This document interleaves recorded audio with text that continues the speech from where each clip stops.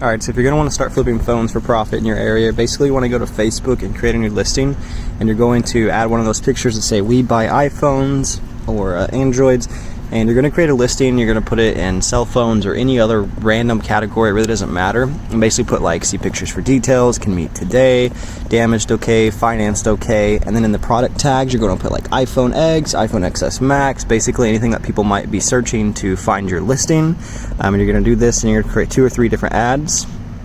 You're going to start getting messages of people wanting to sell their phones, and basically once they message you, you want to evaluate what kind of phone they have, the gigabyte version, the condition, whether it's paid off or finance, unlocked, because all that will determine the price that you can pay for it. For instance, this one here, it's an iPhone 11 with Sprint. She said her ex disconnected the line. I told her no problem. Sprint will eventually blacklist it, and that I can do $280 cash for it and can meet today.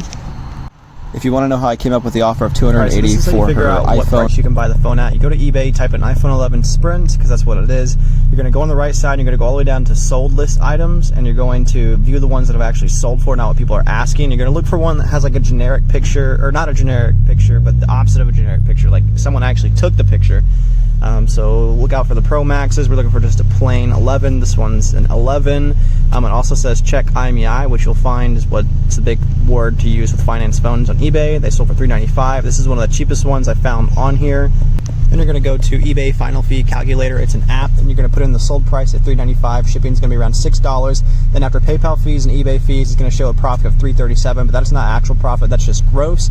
So then after you get that number, you're basically going to put in where it says item cost of $280, because that's what we're going to buy it for, and then it'll give you a real number of profit, which is $57. Now it's a rough estimate. It could be more, it could be less. Like